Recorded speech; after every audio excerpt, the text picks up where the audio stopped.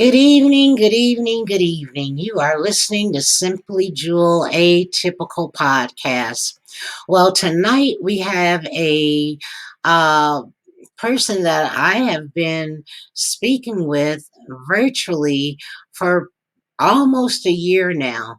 Um, we are both starting to get involved with Breaking News Journal TV. And my guest tonight is Desta Keith.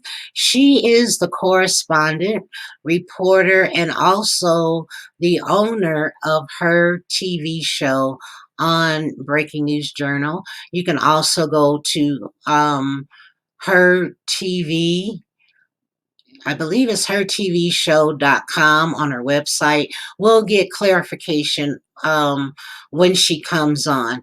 But at this time, I just want to mention old news, upcoming events.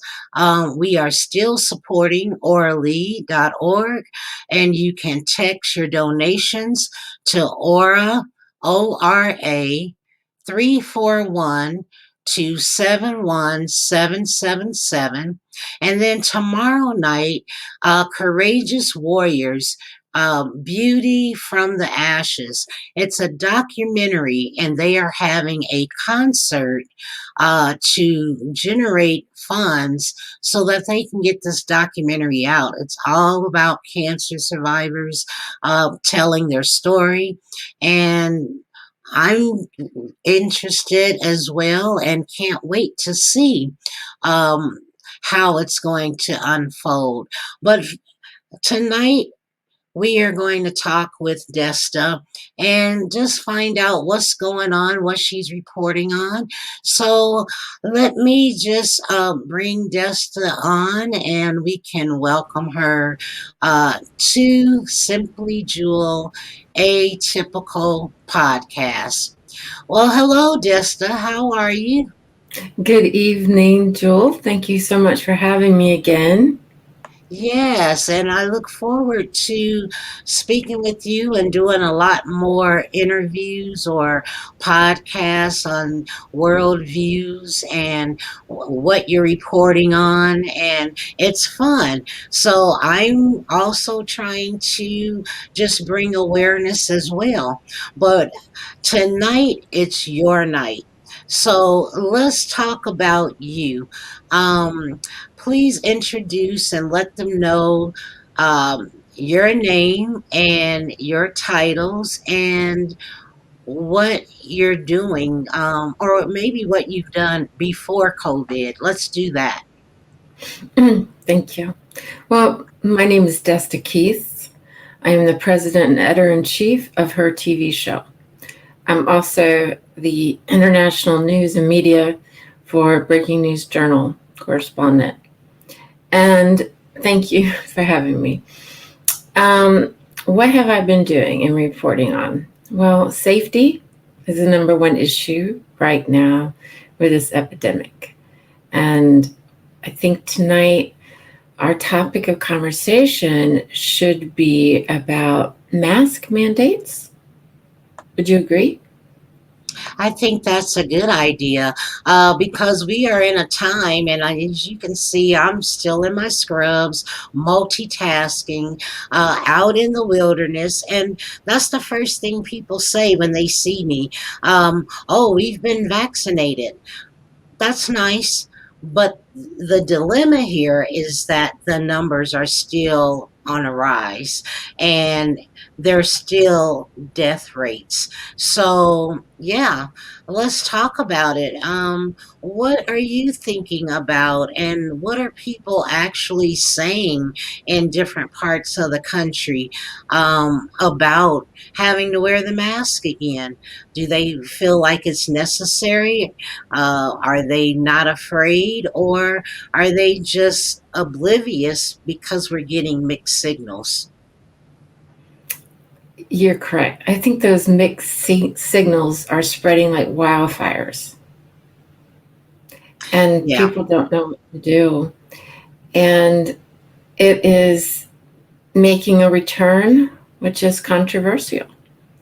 And people need to really know that you need to wash your hands when you come back, wherever you are, and, wipe down your appliances, everything. The way to, I have to declare I'm not a medical professional, but for me to stay safe until we know that this wildfire has been put out, which is raging in California right now, Yes. that we need to, I think we need to mask up again, and these mandates are coming back. And until I get an okay from the higher authorities, then I am masking up, and I am double checking how to wear a mask correctly, how to dispose of a mask. I've actually been to the doctor, if I might, and a lot of them are, with the surgical mask, I'd love to demonstrate it for you. They're double twisting it so it Yes. stays tighter, right? Yes. Or Yes. some of them wear a shield, right? Yes. And have temperature checks. See, so these are our PPEs. So we have them in place now. So we need to utilize that to build up strength and numbers. And those numbers we need to see plateau. And what I would say is what I've learned from various websites is this: don't touch the outside of your mask. From one of my doctors said, if you need to breathe, like if you're wearing an N95 mask, is don't touch your nose, is lift from the bottom and breathe. Because it's very hard to breathe. And the one thing that's very difficult is for people to hear you when you have the mask on. Right. Now, that's one thing. Let me see if I can reach it. Um, I too have to gown up, don up. Some say don down, but going out to the community. And it used to be that I had to put on the whole thing, the suit, and you have to put your gloves on, the shoe covers, the hair covers, which is why I started wearing this over my head instead of just wearing my hair down. You come home, you decontaminate, but while you're out in the field, you have to. In the summertime it's bad, but in the fall it wasn't so bad. The only thing was when you go from one to the next, you have to take off, put on a clean one, and then I wear my mask. But I had the PPE, and then I started using the copper mask, but I would always line my mask with a coffee filter because we don't know the dimensions. And airborne, at the time people didn't know if it was airborne, they didn't know if they were inhaling. So yeah, that's my thing, is that we have not educated the population enough to stay safe.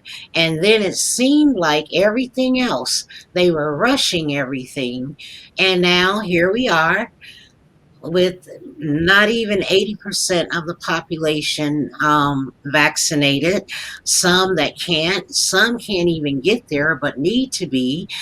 So to me, it's a bit messy. But stand by, let me show you my little shield. Okay, I have a couple, and they're all different. This one in particular has lost, I keep them in my car. This one has lost, oh, here we go. Here's one. So I'll wear my mask, and then this one. And it goes around, and I have my glasses on, and I have everything on. So you know, I still believe that because people are vaccinated, they should wear something like this if they don't want to wear a mask, which to me, that helps because what are we doing? Airborne, and also for when you're talking, you're sputing. So with these, it's it's staying at bay. But that's what I'm noticing out in the wilderness. So let's move on. Did you want to add anything else to that, or can we go to the another question? And I'm just so glad that you're on. Let's talk about the event. Well, I know you know a little bit about it, um, and because I'm just now finding out that we're all um, affiliated some kind of way with bnjtv.com. So, how do you know about the Courageous Warriors? Are you able to support in any way? Oh, yes, I fully expect to um, go on Amazon and purchase the song. And I hope that she'll be streaming live so Okay. that people are spotlighted for the right reasons. Oh, that would be nice. Okay, so everybody, you can get your tickets at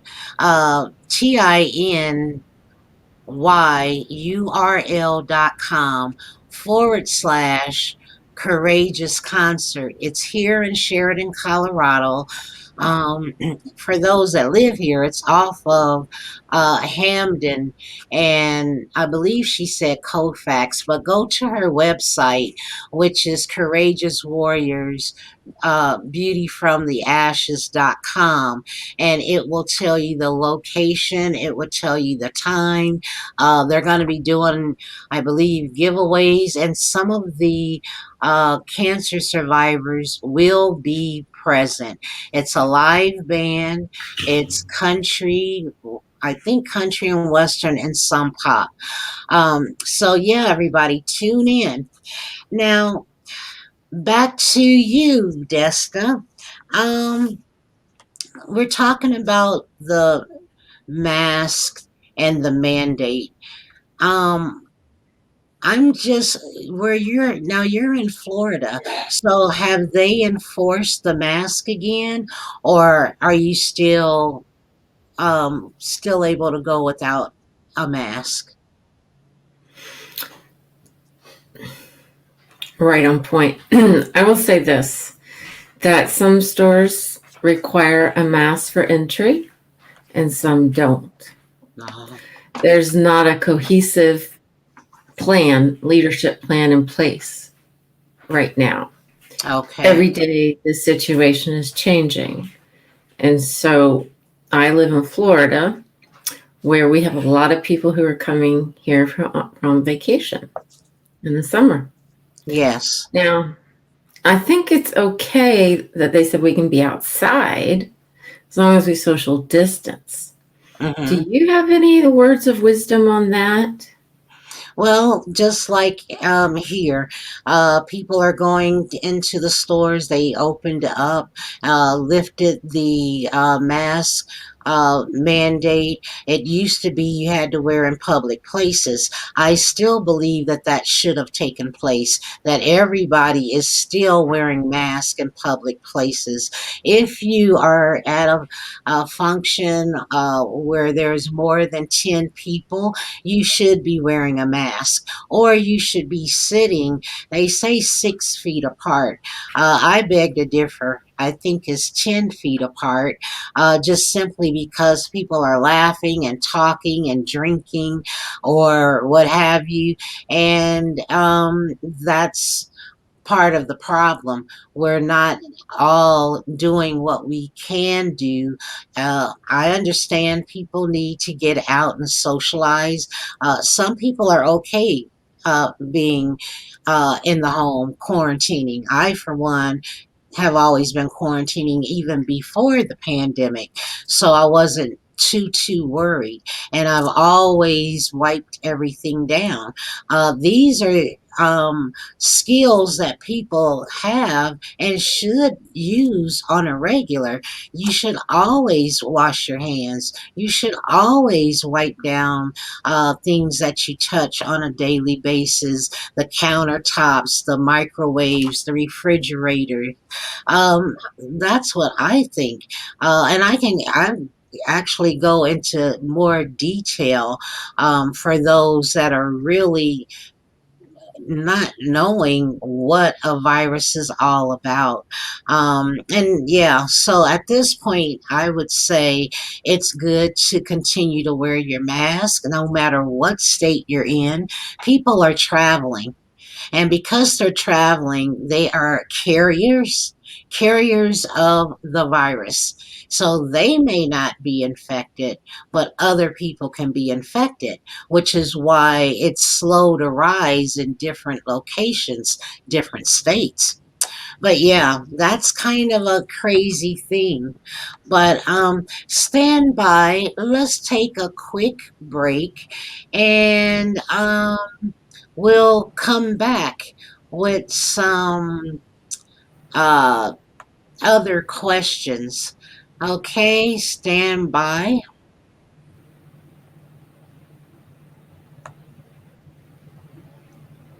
I was just going to.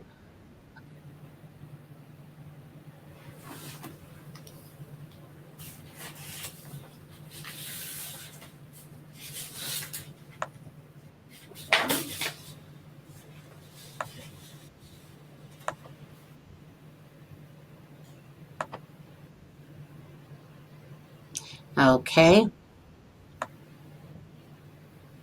and we're back. All right, let's talk about your profession. I know that we were going to talk about different things, and it's just going the way that it's going. Um, I know during these times of pandemic, we are dealing with depression that has creeped into livelihoods of many. Have you had any um, let's see, I guess we can say any reports of people or yourself, if any, on trying to decompress and trying to balance out in these unprecedented times? Well, I do believe that we have socioeconomic factors here involved with our um, neighbors, if you will, um, that don't know where to get the virus or where to get the vaccine.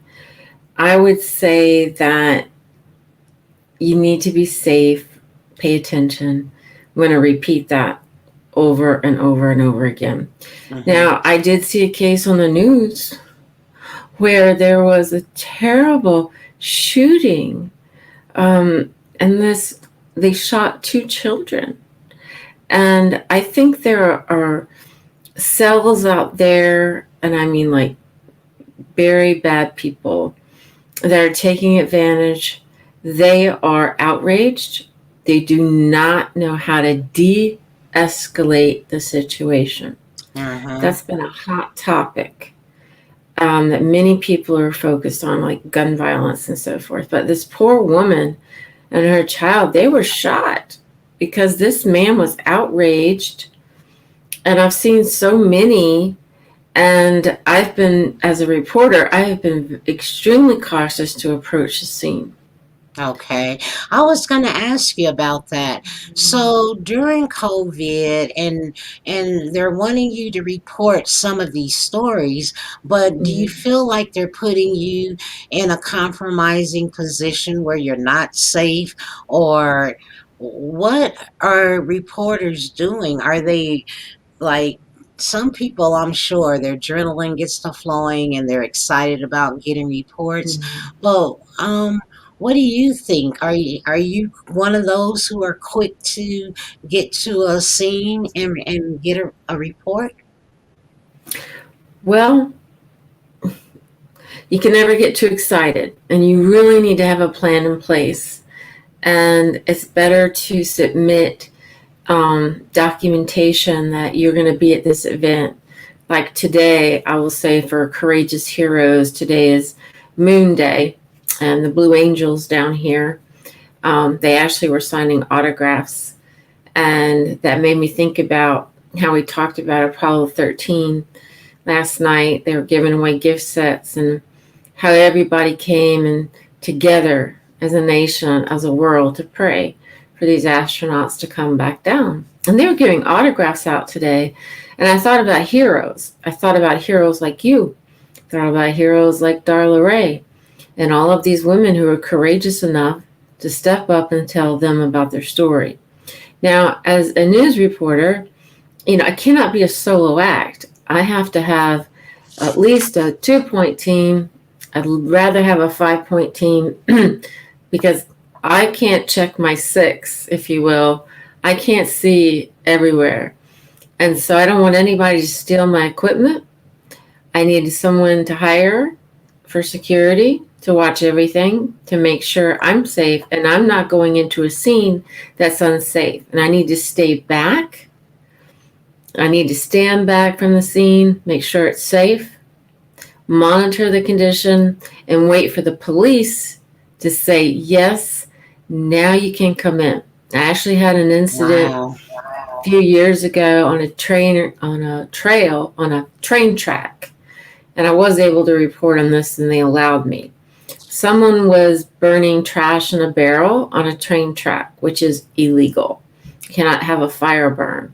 So at the conclusion, I gently asked, I said, may I interview you about this issue and how much it costs the fire department?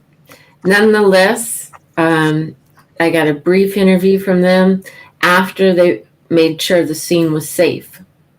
Once the scene is safe, then you can go in, make sure everybody's okay, get their name, their business cards, so you can follow up with them. Because a lot of people, when they have these stressful events, they need to talk about it. And I think that, is the scene safe? Look around. Is the scene safe? And have you been, we're getting the echo. Turn your devices off. Okay. All right. I was just wondering, have you interviewed anyone with depression? Yes, I have. There is this great organization. Oh, Lord have mercy. I have a 20-minute interview that I did with them, and they were drug addicts, and they have a nonprofit, and they go through a step-by-step process. And they allowed me to interview them. I was at a gas station, and I saw their truck, and it was inspirational what they had written on their truck, their vehicle. And I just took a moment, and I stood back, and I said, I think they have something to say. I said, let me take my time with this one. So I talked less and listened more. And I said, I want to hear from you what happened and how you recovered. And having said that, I'm going to be posting it on my website. I'm going to be following up to make sure they stayed on their plan. Okay. And they didn't backfire or go into a relapse. That's good. Yeah, I'm finding that people are relapsing, but I'm also finding that, I'm kind of the type of person that would like to try to get people in a sweet spot first, naturally. But if they are escalated and, of course, if they are having, uh, manic attacks. Of course, sometimes they have to be medicated, and some for a while, and some only need it for a short time. And the ones that only need it for a short time, but yet want to continue healing naturally, I'm all for helping those uh, that have a ear to hear, and those that want to get better. Because let's face it, the whole world is suffering from something right now, some kind of trauma. If they're Unless they have always been practicing, but even those that do make healthy choices, they still have to find different things to decompress. So I was just wondering about that, and the fact that um, they're always suggesting you go to mental health. Well, they are over capacitated. So that's another issue I find, which is why I'm trying to help people and bring awareness to what I do, because everybody can't get to a psychiatrist or a psychologist. They may have to just learn skills for themselves. So, are you finding that you have a lot of um, places people can go there in Florida and not have to wait 2 and 3 weeks to get an appointment? Yes, ma'am, I have. So they do have the manpower to help people with mental disorders. Right away. Well, see, that's good, because where I am, it's booked, and I'm finding that people are getting frustrated because they can't get in, or those that are on medication, have been on medication, they can't get their prescription filled. So, see, people, it lets you know it depends on where you live. Every state is different. Every situation is different. Okay, well, let's go to the last question here. Um, what do you think about homelessness and all the many families that are out here? Um, are you able to speak to the families? Are they now, do you have homelessness a lot where you are? And if so, how are they learning or getting to the point where, say, it's been what, a year and a half or so? Um, well, what I'm thinking, since December of 2019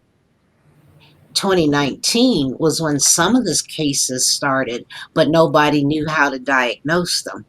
So from, let's just say, last year till now, there are so many families that lost their homes. How are you guys accommodating uh, the the homeless? Well, here in Florida, you are required to have a homeless ID card. Now, Really? the mayor of Pensacola, there were so many churches and so many different places that were really trying to help the homeless. And so he decided, I need to get and listen to all of you because you are going to go. And he decided that I've had enough. I want to go to the individual sources and I want to listen. And then he goes, enough. Everybody's going to go to one place. And he got a pamphlet. And you go to one place, you are assigned a social worker. The social worker puts you into a system. You can only get into the system here in Florida if you go to, I don't want to mention names, but you want to go to, it's called openingdoors.org. You go there. You go there. And then they have then they transfer you once you get the homeless ID card. Then they transfer you to a clinic where first you can go talk to clergy or counselors, social workers. They do an intake evaluation on you. And then they take you back and they talk to you and find out if you've been abused, if you're in a bad situation, or is someone threatening you? Is there someone who, is there rape involved? Are you scared to talk? Are you the victim of domestic violence? So they do Wow. that. Mm-hmm. And then what's even more powerful is they expanded the space. They take you back. I actually decided to, as a journalist, follow a lady and help her get back up on her feet. And I did everything I could. There's so many great places down here. We have a great thrift shop down here. We have another resource. I took her to a lot of these different places just to see if I could do it to uplift her and take her step by step. Now, I'm a born social worker. I did one of those jobs, or you go on the internet and say, well, what's the right profession for you? Mine was being a social worker. And so I didn't finish my nursing degree yet. But having said that, I think that, at least in my community, that we have great options for people to go to. And but they can't get into any of them unless they go through the process. And that is where people, do not understand that we do have a place. And so now when I see a homeless person on the street, and sometimes I'll hand them a bottle of water. I really think they're struggling. I'll give them something, but I stopped that now because of COVID. So basically, I volunteered at a church for feeding the homeless, which Very nice. it made me feel really good. And we have a church down here that offers free medical care with a lot of different specialists. Having said that, sometimes these cases backfire, but when you talk about one of the places here, this man he wrote a great book and it went worldwide. And he doesn't believe in the traditional psychiatrist, method. He decided to start a place. And I took her there. And they said, we'll take her in. We'll take her. But here's the deal. No drugs. We don't prescribe medication. We do this naturally. Well, see how are um they th- okay, I have a problem with that, period. I'm not going to we're not going to move forward because see, that's the problem with the world today. You are not going to say you're helping people and then you put stipulations. If you've never been in a situation, or if you've never witnessed anything like that, who are you to say we'll help, but here's the deal? No, ma'am, no, ham. I don't think that is something people should start doing, and definitely not right now. This is why I think people need to get out in the world and help uh, the community. Because if you don't, clearly they are in their little houses with the white picket fence and they have no clue what reality really is. But we're going to have to pick up on that again. We are out of time, and I'm not going to sit here and I just have a hard time listening to people that want to control a situation when we have people in the world who are really struggling. If that's why people don't go to people. That's why they don't go to these foundations and places that say they can help. And it's because you cannot put stipulations on people. And if you don't relate to people, and you can't possibly imagine what people are going through, but yet you want to put them in a basket. They've got to follow a guideline. That's not realistic, and that's not reality. But okay, so yeah, let's pick that up at another time. We're out of time, people. But for now, thanks for listening. Thanks for tuning in to Simply Jewel Atypical Podcast, where we are atypical of the average. And you already know I was getting ready to get started.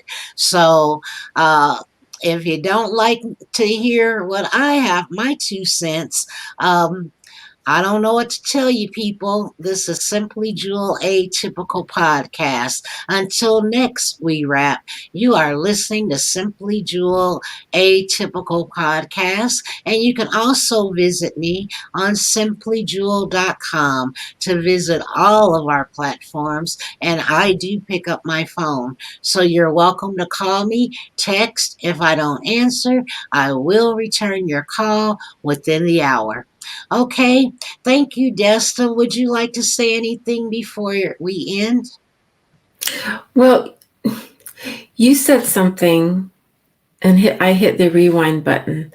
I hope that our next conversation that's current will be relevant. That how would you treat a homeless person or somebody who's gone through this process as an expert? Well, What there's would no you such do? thing. You treat people the way you want to be treated. Unless you notice that there is an issue and they may need medical help, but you treat people the Yeah. way you want to be treated. This day and age is a little bit different, but like my dad used to say, you got to have common sense, you got to have street smarts, and not only that, you need book smarts. So without those three tools in 2021, I don't know, but they're always welcome to stop by here and get tools. But yeah, we'll talk about it. I'm just glad you came on, and I'm sorry we're out of time, but let's find another time to talk. And again, thanks everybody for listening. You are listening to Simply Jewel Atypical Podcast. Peace and blessings. Thank you, Desta. Thank you and good night, Jules. Thank you. Well, there you have it, folks. I see. That's why I have a different platform, because I just cannot sit and the way people have guidelines for those that are struggling, that's what bothers me. We've got homelessness, we've got depression, we've got hunger, we've got so many issues in the world that we haven't even scratched the surface. So that is why I am trying to get on different platforms for those who fail to thrive, maybe those that are tired. They're sick and tired of being sick and tired, and they need some sort of relief. They need some way to decompress. So that is why I am on here. But like I said, go to simplyjewel.com. We want to thank Desta for coming on. I'm sorry, everybody. We ran out of time, but duty calls. So next time we'll come on, keep checking back on any of the social platforms, where you never know who's going to be on, and you never know who's going to come back. And as far as I'm concerned, if we all can get on the platform and have a difference of opinion, but let's talk about it. That's what it's all about here on Simply Jewel. So until next we wrap, thank you for coming on to Simply Jewel Atypical Podcast. Good night, everybody. Peace and blessings.